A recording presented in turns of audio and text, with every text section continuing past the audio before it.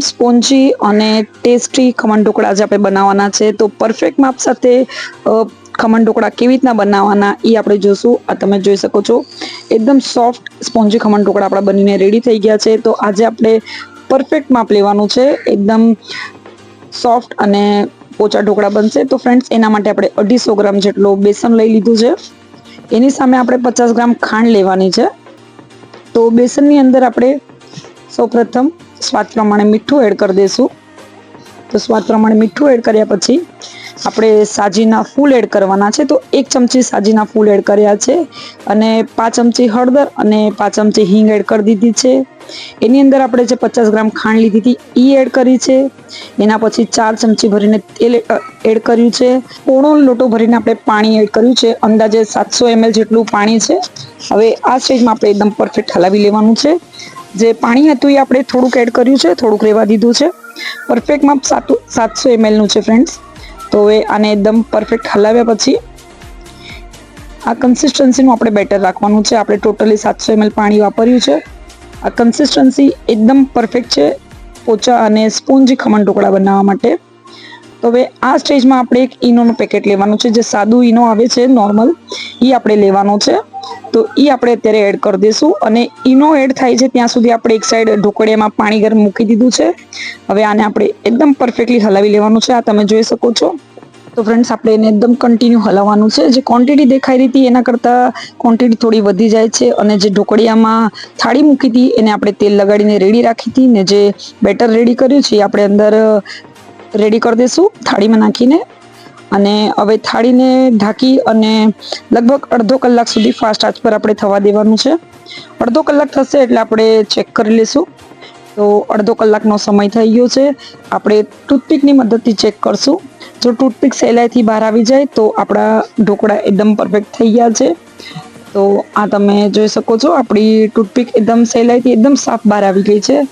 હવે આ ઢોકળાને આપણે લગભગ 20 મિનિટ સુધી એકદમ ઠંડા થવા માટે દેવા દઈશું. એકદમ ઢોકળા ઠંડા થશે ત્યારે જ એના સ્ક્વેર પીસીસ એકદમ પરફેક્ટ પડશે. આ તમે જોઈ શકો છો એકદમ સ્પોન્જી ઢોકળા બનીને રેડી થઈ ગયા છે. હવે આપણે એને આપણા જરૂરિયાત પ્રમાણે કટ કરી લેશું. તો ફ્રેન્ડ્સ, એકદમ સ્પોન્જી ઢોકળા બનાવવાની આપણી જે મેજરમેન્ટની રીત છે એકદમ પરફેક્ટ ઢોકળા બનીને રેડી થઈ જાય છે. તો હવે આ તમે જોઈ શકો છો એકદમ સ્પોન્જી ઢોકળા બન્યા છે. એકદમ પરફેક્ટ માપ સાથે આજે આપણે આ રેસીપી લઈને આવ્યા છે. હવે વઘારનું મેઇન કામ હોય છે આની અંદર. તો વઘાર માટે આપણે લગભગ 4 ચમચી ભરીને તેલ લઈ લીધું છે. તેલ થઈ જાય એટલે આની અંદર આપણે રાઈ જીરું એડ કરી દેવાનું છે. રાઈ જીરું તતડે એટલે આપણે તલ લીધા છે, તલ એડ કરવાના છે. 1 ચમચી ભરીને આપણે આશરે તલ લઈ લીધા છે. તો આપણું રાઈ જીરું તતડી ગયું છે. તો તલ એડ કરી દીધા છે આની અંદર આપણે અને થોડાક મીઠા લીમડાના પાન એડ કરી દીધા છે. હવે આ સ્ટેજમાં આપણે 1 વાટકી ભરીને પાણી એડ કરશું. પાણી પ્રમાણે આપણે 1 ચમચી ખાંડ અને થોડુંક મીઠું એડ કરવાનું છે. ખાંડ અને મીઠું ઓગળી જાય ત્યાં સુધી આપણે એને હલાવવાનું છે.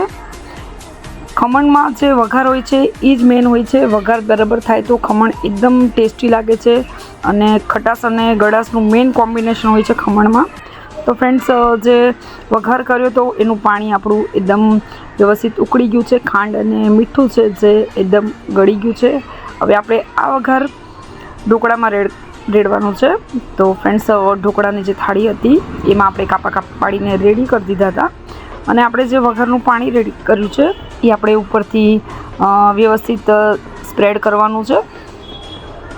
ખમણ ઢોકળામાં એક મેઇન પ્રોબ્લેમ હોય છે કે ખાતી વખતે ગળામાં ડૂચો વળે છે. તો જ્યારે આપણે આવી રીતના વઘારવાળું પાણી એડ કરીએ છીએ તો જે ડૂચો વળવાની પ્રોબ્લેમ હોય છે એ ટોટલી સોલ્વ થઈ જાય છે.